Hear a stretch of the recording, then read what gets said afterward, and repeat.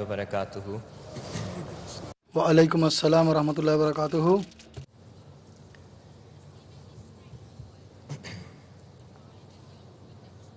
أشهد أن لا إله إلا الله وحده لا شريك له وأشهد أن محمدا عبده ورسوله. أما بعد فأعوذ بالله من الشيطان الرجيم. بسم الله الرحمن الرحيم. وآخرين منهم لما يلحقوا بهم وهو العزيز الحكيم.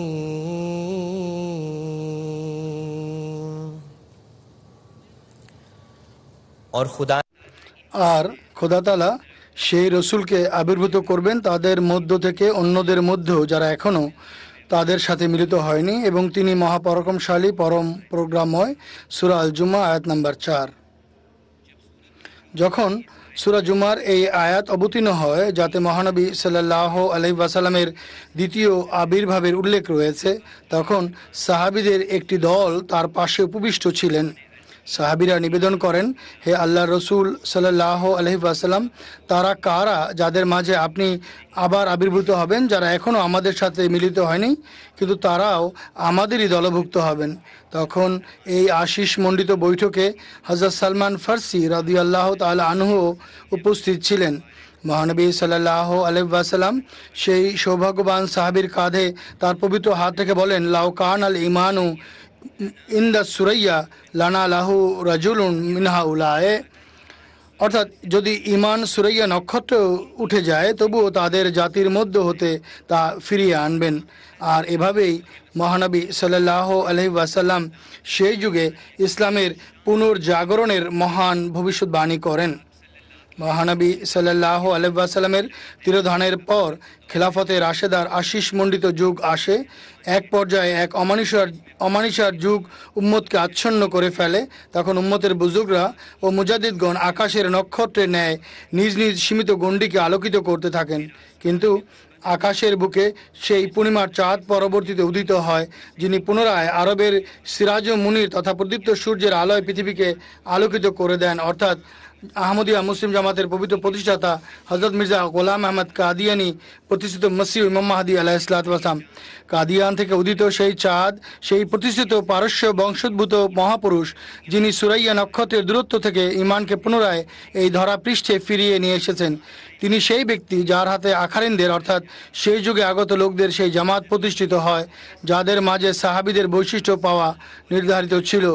হযরত মসিহ মাউদ আলাইহিসসালাতু ওয়াসসালাম যখন মহানবী সাল্লাল্লাহু আলাইহি ওয়াসাল্লামের বিভিন্ন ভবিষ্যৎবাণী অনুযায়ী ইসলামের পুনর্জাগরণের কর্মযজ্ঞ আরম্ভ করেন, তখন বিরোধীরা তাকে ধ্বংস করার লক্ষ্যে প্রাণপণ চেষ্টা করে। কিন্তু এই বীর খোদা তাআলার এই সিংহ ঐশী সাহায্য ও সমর্থন পুষ্ট হয়ে স্বীয় ঐশী জামাতকে সাথে নিয়ে ভয়ঙ্কর ঝড় তুফান ও তীব্র ঝঞ্ঝা বায়ু পেরিয়ে অক্ষতভাবে নিরাপদে সম্মুখ পানে অগ্রসর হয়েছেন।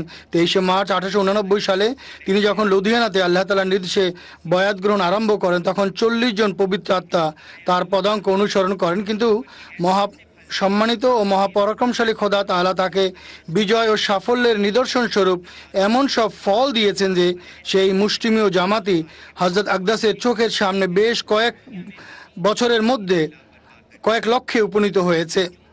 তিনি আলাইহিসসালাতু ওয়াসসালাম 1400 বছর পর পুনরায় ধরাপৃষ্ঠে এক মহান আধ্যাত্মিক বিপ্লব সাধন করেন। আর আল্লাহ তাআলা যেহেতু স্বয়ং নানাবিধ উপায়ে পবিত্র আত্মাদের পথ প্রদর্শনের ব্যবস্থা করতে থাকেন, তাই এসব বিরোধিতা সত্ত্বেও আল্লাহর সৃষ্টিকুল তার চারপাশে পতঙ্গের ন্যায় সমবেত হতে থাকেন। আর তার তিরোধানের পর আহমদিয়া খেলাফতের প্রতিটি যুগে একইভাবে নিষ্ঠাবান সদস্যরা জামাতভুক্ত হতে থাকেন এবং আজও হচ্ছেন। আর এমনটি হবেই না কেন, যেখানে আল্লাহ তাআলা ইলহাম করে জানিয়েছেন, ইয়ানসুরুকা রিজালুন নূহি ইলাইহিম মিনাস সামায়, তোমার সাহায্যকল্পে এমন ব্যক্তিবর্গ তোমাকে দেয়া হবে যাদের প্রতি আমি আকাশ থেকে ওহী অবতীর্ণ করব। সকল যুগে নবাগত আহমদীদের বাধা দেওয়া হয়েছে, ভয়ভীতি দেখানো হয়েছে, তাদেরকে চরম দুঃখ কষ্ট দেওয়া হয়েছে, তাদেরকে বাড়িঘর থেকে বহিষ্কার করা হয়েছে, তাদের সহায় সম্পদ ছিনিয়ে নেওয়া হয়েছে, এমনকি তাদের প্রাণও কেড়ে নেওয়া হয়েছে। কিন্তু এই নিবেদিত প্রাণ বয়াতকারী রূপে যে সুমিষ্ট ফল আল্লাহ তাআলা হযরত মসিহ মাউদ আলাইহিসসালাম এবং তার খলিফাদের দান করেছেন, তাদের অবিচলতায় বিন্দুমাত্র চির ধরেনি। আল্লাহ ও তার রসুলের প্রেমে বিভোর প্রেমিকরা প্রত্যেক যুগে কোরবানির এমন সব দৃষ্টান্ত স্থাপন করেছেন আর যুগ ইমামের সাথে সম্পৃক্ত থেকে নিজেদের মাঝে এমন আধ্যাত্মিক পরিবর্তন সৃষ্টি করেছেন যে যেন সত্যিকার অর্থেই সাহাবীদের যুগ ফিরে এসেছে। হযরত আকদাস মসিহ ইসলাম যথার্থই বলেছেন, आया सहाबा से मिला जो ধন্য সেই ব্যক্তি যে এখন ঈমান এনেছে, আমাকে পেয়ে যেন সাহাবীদের দলভুক্ত হলো, সেই অমৃত সুধাই সাকি তাদের পান করিয়েছে। অতএব পবিত্র তিনি যিনি সকল শত্রুদের লাঞ্ছিত করেছেন। অতএব আজ আমরা আহমদিয়তের অগ্রযাত্রার সেসব ঘটনা শুনব যার সূচনা হযরত মসিহ মাউদ আলাইহিসসালামের মাধ্যমে কাদিয়ানে হয়েছে, আর সেসব নিষ্ঠাবান বন্ধুর ঈমানোদ্দীপক ঘটনাবলীও শুনব যারা সকল যুগে আহমদিয়ত গ্রহণ করে তড়িৎ গতিতে এই ঐশী কর্মকাণ্ডে অংশগ্রহণ করেছেন এবং নিজেদের ইহকাল এবং পারলৌকিক জীবনকে সুসজ্জিত করেছেন। তাদের প্রত্যেকের ঘটনাই যুগ মসির সত্যতার জ্বলন্ত নিদর্শন এবং আল্লাহ তাআলার সাহায্য ও সমর্থনের শক্তিশালী প্রমাণ। অদমের বক্তৃতার বিষয়বস্তু হচ্ছে নবাগত আহমদীদের ঘটনাবলীর আলোকে আহমদিয়তের জয়যাত্রা। সম্মানিত শ্রুতিমণ্ডলী, হযরত মসিহ মাউদ আলাইহিসসালাম যখন ঐশী নির্দেশে প্রত্যাদিষ্ট হওয়ার দাবি করেন, তখন বিভিন্নভাবে আল্লাহর বান্দারা প্রকৃত ইসলামকে চিনে শনাক্ত করে তার হাতে বয়াত করে জামাতভুক্ত হন। তন্মধ্যে হযরত মুন্সি জালালউদ্দিন সাহেবও ছিলেন, যিনি স্বপ্নে হযরত আকদাস মসিহ মাউদ আলাইহিসসালামের সাথে সাক্ষাৎ করেন আর স্বপ্নেই তিনি তাকে নিজের নাম ঠিকানা বলে দেন। এরপর তিনি কাদিয়ান আসেন এবং বয়াত গ্রহণ করেন। তাদের মধ্যে হযরত মৌলভী হাফেজ ফজলউদ্দিন সাহেব অন্যতম। খ্রিস্টান মিশনের কর্মকাণ্ড ও ইসলামের ওপর তাদের বিভিন্ন আক্রমণের ফলে তিনি উদ্বিগ্ন হয়ে দোয়া করেন। তখন আল্লাহ তাআলার কৃপায় হযরত মসিহ মাউদ আলাইহিসসালামের একটি বিজ্ঞাপন তার সামনে আসে আর এভাবে তিনি বয়াত করার সৌভাগ্য লাভ করেন। তাদের একজন ছিলেন হযরত মিয়া মোহাম্মদ দিন সাহেব পাটোয়ারি রাদিয়াল্লাহু তাআলা আনহু, যিনি হযরত মসিহ মাউদ আলাইহিসসালামের যুগান্তকারী গ্রন্থ বারাইনে আহমদিয়া পড়তে আরম্ভ করলে মহান আল্লাহ তাআলার অস্তিত্বের প্রতি তার দৃঢ় বিশ্বাস জন্মে। তিনি বলেন, বারাহিনে আহমদিয়া এই যে জীবন সঞ্জীবনী সুধার ফসে ওঠা কানায় কানায় পরিপূর্ণ সমুদ্র, এক ঐশী জ্যোতি ছিল যার বিকাশে ঘোর অমানিসা দূর হয়ে গেল। হযরত মিয়া মোহাম্মদ দিন সাহেব বলেন, বারাহিনে আহমদিয়া পাঠ করার পর অবশেষ যখন তার সামনে সত্য সুস্পষ্ট হয়ে যায়, সেই রাতে বিগলিত এবং মুগ্ধ চিত্তে দীর্ঘক্ষণ নামাজ পড়েন আর বারাহিনে আহমদিয়া তাকে এই নামাজ পড়িয়েছে। পরবর্তীতে আজ পর্যন্ত আমি আর নামাজ ত্যাগ করিনি। তিনি বলেন, এটি হযরত মসিহ মাউদ আলাইহিসসালামের এক মহান নিদর্শনের প্রভাব ছিল। তাদের মাঝে একজন হযরত মৌলভী কুতুবউদ্দিন সাহেব রাদিয়াল্লাহু তাআলা আনহু, যিনি লুধিয়ানা রেলওয়ে স্টেশনে যখন হযরত আকদাস মসিহ মাউদ আলাইহিসসালামকে গাড়ি থেকে বাইরে আসতে দেখেন, তখন তার পবিত্র চেহারা দেখেই তার দু নয়ন অশ্রুসিক্ত হয়ে যায়। তার চিন্তাধারা পাল্টে যায় এবং হৃদয় সাক্ষ্য প্রদান করে যে এটি মিথ্যেবাদীর চেহারা হতে পারে না। হযরত মিয়া আবদুল্লাহ সাহেব সানোরি বলেন, যখন কাদিয়ান আসি তখন কোনো যুক্তি প্রমাণ শুনিনি, বরং আমার হেদায়েতের কারণ কেবল হুজুরের পবিত্র মুখখানাই ছিল। হযরত ডক্টর মির্জা ইয়াকুব বেগ সাহেব ছিলেন, তিনি বলেন, হুজুর যখন লাহোরে ছিলেন তখন এক ব্যক্তি আসে এবং হুজুরের সামনে দাঁড়িয়ে দীর্ঘক্ষণ গালিগালাজ করতে থাকে। যারা এই নিদর্শন প্রত্যক্ষ করতে চায় তারা যেন কাদিয়ানে আমার কাছে এসে অবস্থান করে। অতএব মুসলিমদের হাতে বয়াত করার পর অনেকে নতুন খোদার সন্ধান পেয়েছে, অনেকের ইবাদতের বৈশিষ্ট্য পাল্টে গেছে, অনেকেই মারিফত বা ঐশী তত্ত্বজ্ঞান লাভ করতে আরম্ভ করে। আর এটি সেই বিষয় ছিল যার কারণে হৃদয় তার প্রতি আকৃষ্ট হয় আর তার জামাতে এক অতুলনীয় আধ্যাত্মিক পরিবর্তন সৃষ্টি হতে থাকে।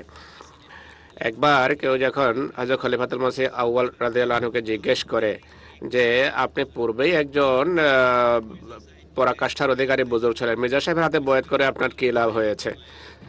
এর উত্তরে মির্জা সাহেব বলেন, হযরত মির্জা সাহেবের হাতে বয়াত করে আমার অনেক লাভ হয়েছে, কিন্তু একটি লাভ যা হয়েছে তা হলো পূর্বে মহানবী সাল্লাল্লাহু আলাইহি ওয়াসাল্লামের সাথে আমার সাক্ষাৎ হতো স্বপ্নে, আর এখন জাগ্রত অবস্থায়ও আমি তাকে দেখি। সুবহানাল্লাহ।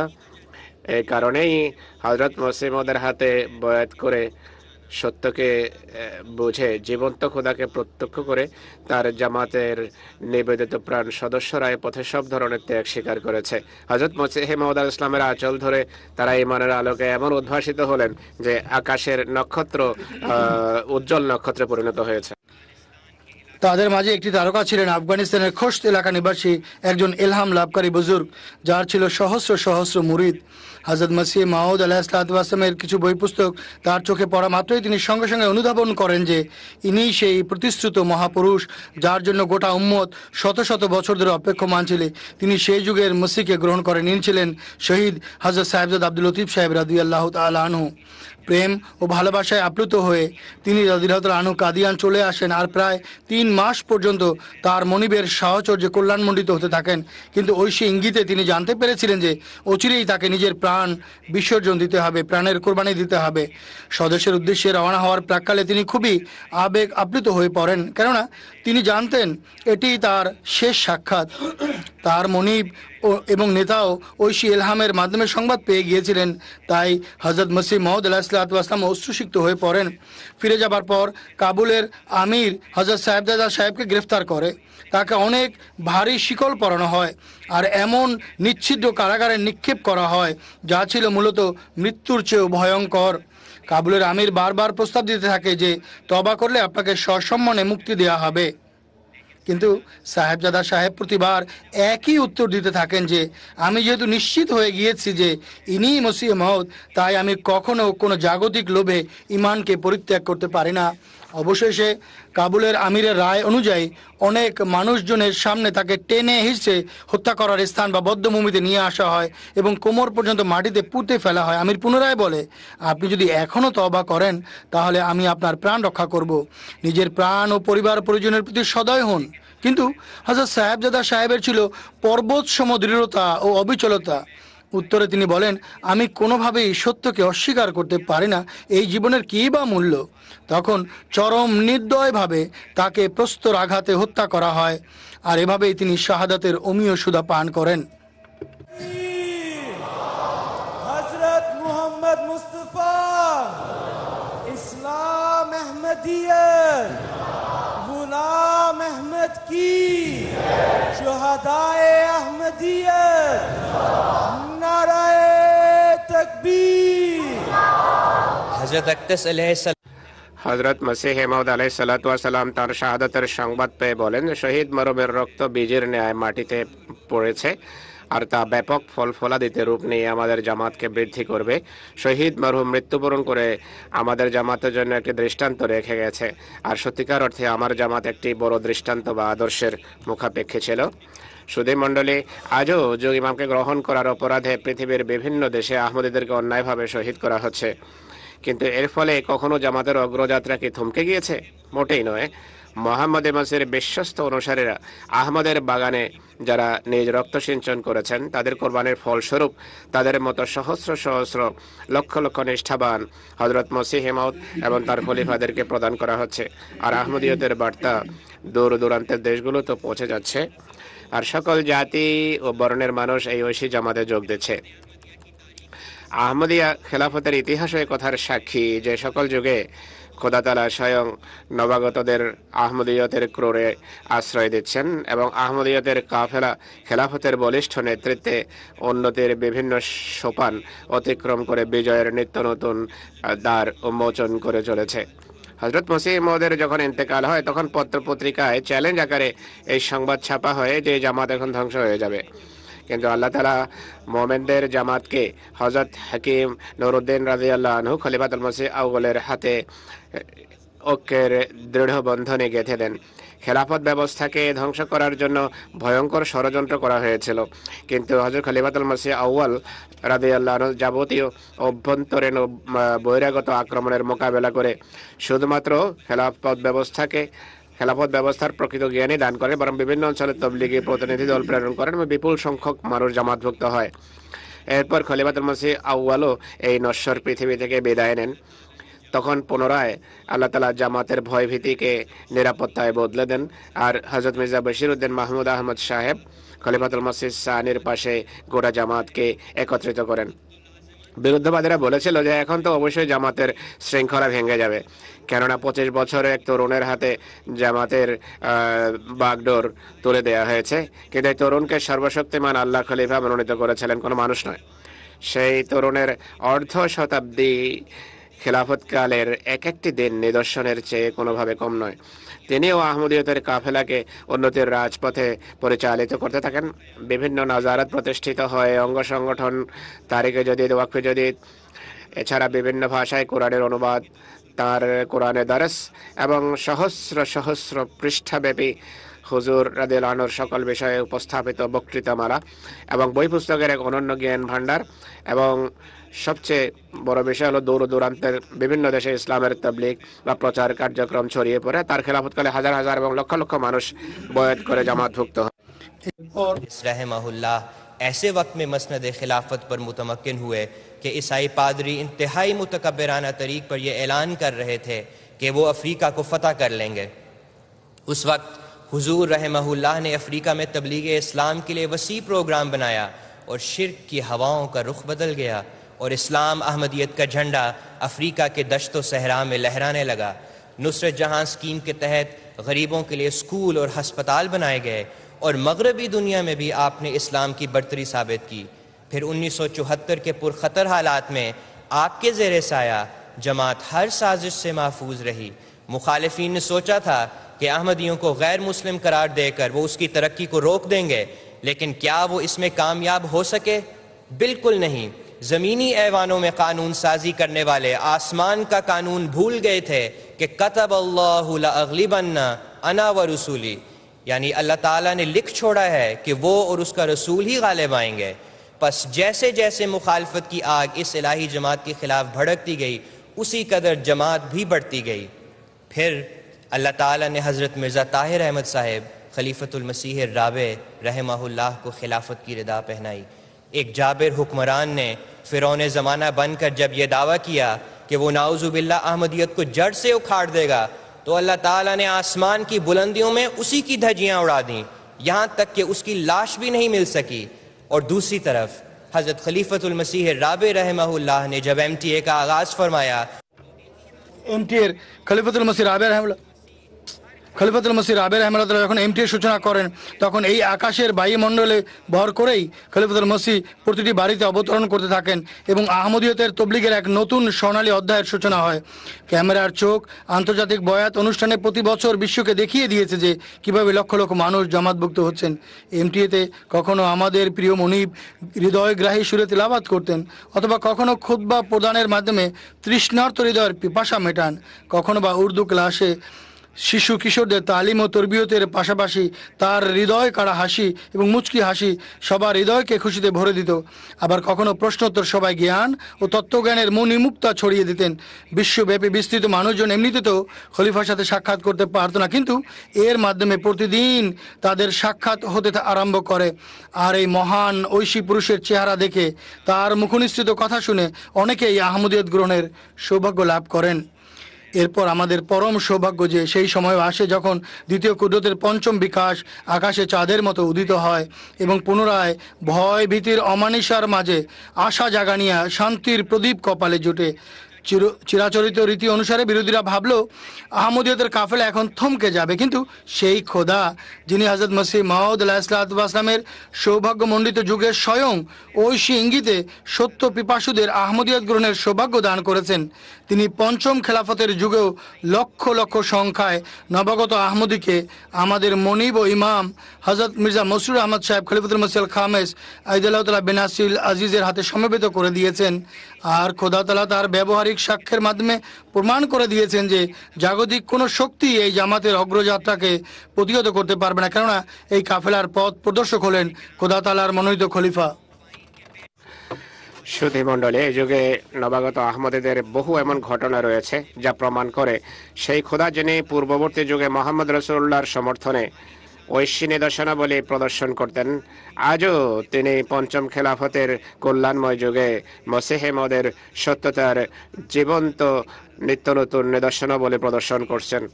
ফ্রান্সের এক বন্ধু বলেন, এক রাতে তিনি স্বপ্নে দেখেন হযরত খলিফাতুল মসিহ খামেস আইয়াদাহুল্লাহ তাআলা বিল আজিজ আমার ঘরে আসেন এবং আমাকে নসিহত করছেন। তখন আমার প্রয়াত পিতা দরজায় কড়া নাড়েন, আর যখন আমি তাকে সামনে দাঁড়ানো দেখতে পাই, তিনি বলেন, দেখো হে আমার পুত্র, এই বুজুর্গ যিনি তোমার ঘরে বসে আছেন তিনি আল্লাহর সঠিক বার্তাবাহক, তুমি তার পদাঙ্ক অনুসরণ করো। আমি সবটাই আমার পিতাকে বলে, আমি তো তাকে চিনিও না।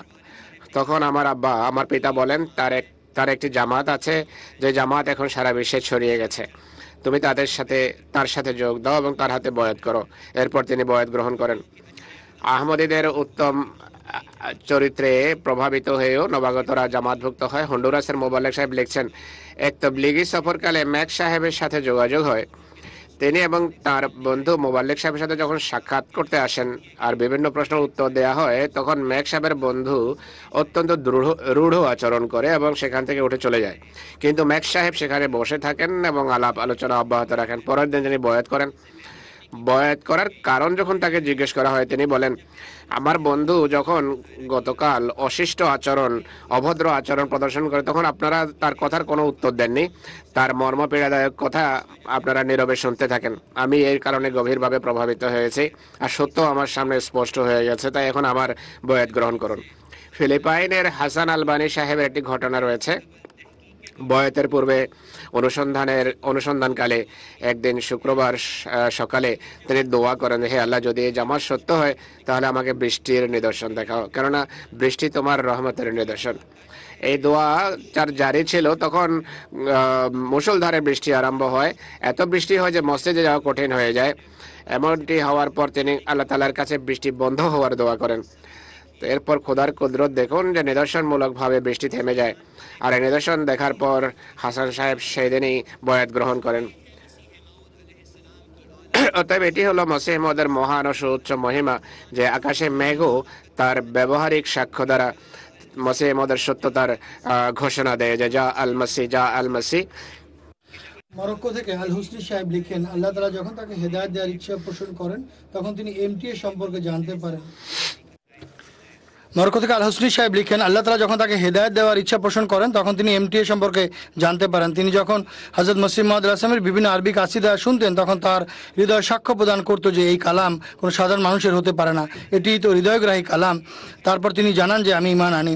খ্রিস্ট ধর্মের অনুসারী একজন রাশিয়ান ভদ্রমহিলা, যিনি তার ধর্মে আন্তরিক প্রশান্তি অনুভব করতেন না, তাকে যখন আহমদিয়া তথা প্রকৃত ইসলামের সাথে পরিচয় করানো হয় আর হযরত মসিহ মাউদ আলাইহিসসালামের পুস্তক ইসলামী নীতিদর্শন পড়তে দেওয়া হয়, তখন তিনি বলেন, ধর্ম সংক্রান্ত আমার যত প্রশ্ন ছিল আমি সেগুলোর উত্তর পেয়ে গেছি, আর আমি আশ্বস্ত হয়েছি যে ইসলামই প্রকৃত ও সত্য ধর্ম।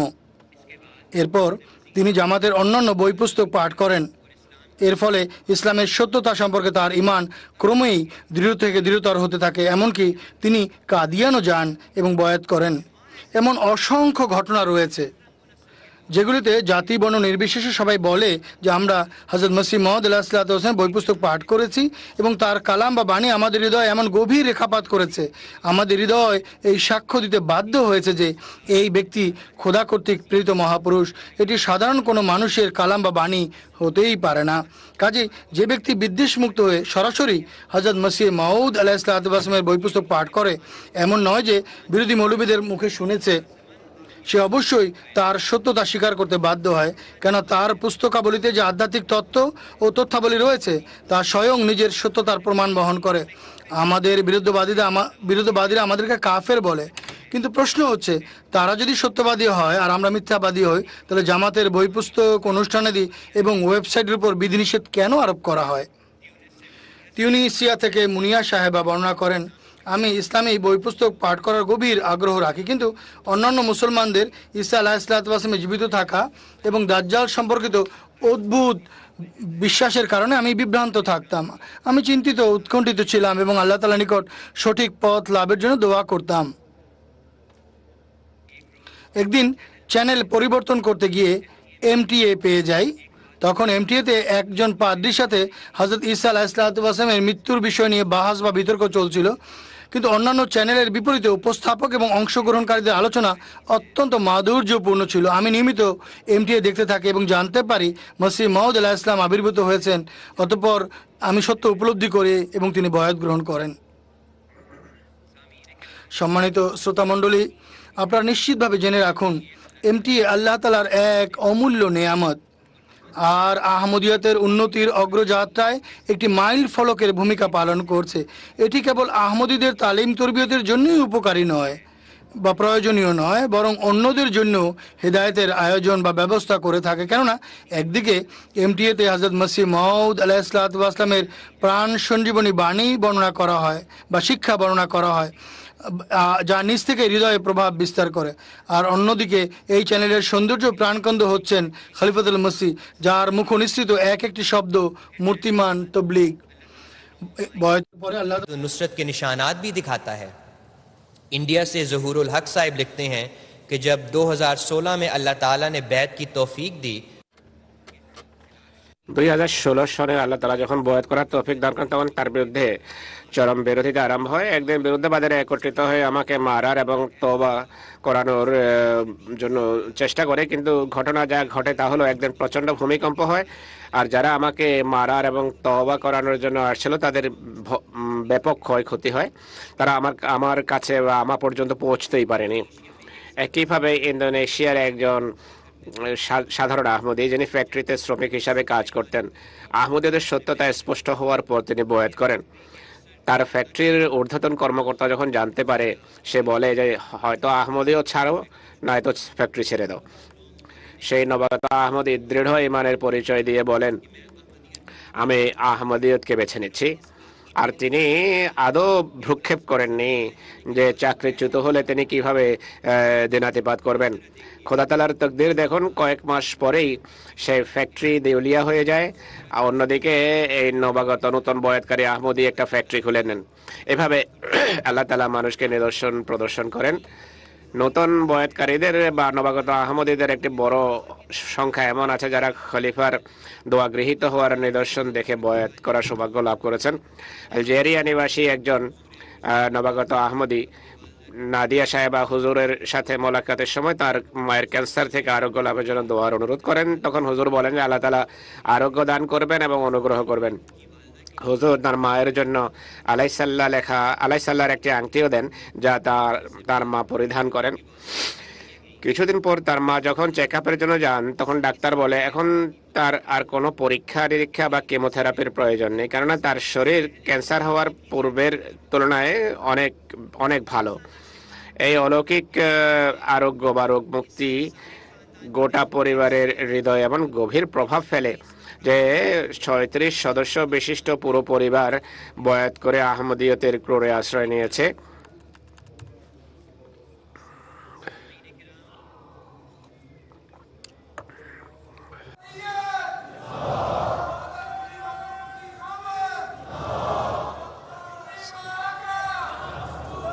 सामईन के সুধী মণ্ডলী, ঈসা আলাইহিস সালাম যেসব মৃতকে জীবিত করেছেন, আমরা কেবল সেগুলোর কাহিনী শুনি বা গল্প শুনি, কিন্তু আজ সেগুলোর কোনো নাম চিহ্ন নেই। কিন্তু মুহাম্মদী মসির মহিমা দেখুন, আজ তার খলিফার হাতে যেসব মৃতদের জীবিত করা হচ্ছে, তারা আমাদের মাঝে উপস্থিত আছে। এসব দৃশ্য এবং এসব অলৌকিক নিদর্শন পৃথিবীর অন্য কোথাও দেখা যায় কি, দৃষ্টিগোচর হয় কি? যদি থাকে কেউ দেখা নেই আর হতে পারে না। কাজেই সকল প্রকার জীবন, তা আধ্যাত্মিক হোক বা দৈহিক, তা কেবল মসিহ মাউদের হাতে বয়াতের কল্যাণে আহমদিয়া খেলাফতকে আঁকড়ে ধরে রাখলেই লাভ হতে পারে। আর আজ সে পবিত্র সত্তা খোদার কুদরতের বিকাশস্থল জীবনের যে প্রাণ চাঞ্চল্য আমাদের মাঝে বিদ্যমান, যার সম্পর্কে আল্লাহ তাআলা বলেন যে ইন্নী মাআকা ইয়া মাসরুর, অর্থাৎ হে মাসরুর, আমি তোমার সাথে আছি। আর আমরা বারবার প্রতিটি পদক্ষেপে আমাদের প্রিয় মনিবের, প্রিয় আকার, প্রিয় নেতার সমর্থনে এলাম পূর্ণ হতে দেখেছি। কাজে যতদিন আমরা আমাদের প্রিয় ইমামের আঁচল আঁকড়ে ধরে রাখবো এবং নিজেদের সন্তান সন্ততিকে শিক্ষা দিতে থাকবো যে খলিফার সাথে সম্পৃক্ত থাকার মাঝে আমাদের জীবন নিহিত, তাহলে কোনো শত্রু আমাদের বিন্দুমাত্র ক্ষতি করতে পারবে না। হল্যান্ডে জন্মগ্রহণকারী এক যুবকের ঘটনা শোনার সাথে সম্পর্ক রাখে। আল্লাহ তাআলা যখন তাকে বয়াত করার তৌফিক দেন, তখন তার মা খুবই উদ্বিগ্ন হয়ে পড়েন যে জানি না আমার ছেলে কোন ইসলামী দলে যোগ দিয়েছে। এই উৎকণ্ঠার মাঝে তার মা সে রাতেই স্বপ্নে দেখেন তার ছেলে ভদ্রভাবে শিষ্টভাবে মাটিতে বসে আছে এবং একজন সৌম্য দর্শন সুন্দর বুজুর্গ তার ছেলের কাঁধে হাত রেখে সন্তুষ্টির বহির প্রকাশ করেন। তার মা ঘুম থেকে উঠে যখন ছেলেকে স্বপ্ন শোনান তখন তিনি মাকে খলিফাদের এবং মসিহ মওউদের ছবি দেখাতে আরম্ভ করেন। হযরত মসিহ মওউদের ছবির কাছে যখন পৌঁছেন তখন মা বলেন, গতকাল রাতে স্বপ্নে এই বুজুর্গকেই তো আমি দেখেছি। কিন্তু এখানেই ঘটনার শেষ নয়। মা তার ছেলেকে সম্বোধন করে বলেন, তোমার জন্মের পূর্বেও আমি স্বপ্ন দেখেছি যে আমি এক জায়গায় ময়লায় বা পায়খানায় ডুবে যাচ্ছি, আর এই বুজুর্গ আমাকে সেই নোংরামি থেকে বা ডুবে যাওয়া থেকে রক্ষা করছেন। তিনি বলেন, নিঃসন্দেহে খোদার এই বুজুর্গ ব্যক্তি সত্যবাদী, আমি আজকে বয়াত করছি। অতএব বর্তমান যুগের ভোগ বিলাস এবং যুগের অন্ধকার অমানুষা থেকে যদি মুক্তি চাই তাহলে একটাই পথ আছে, তা হলো আহমদীয়ত তথা ইসলাম।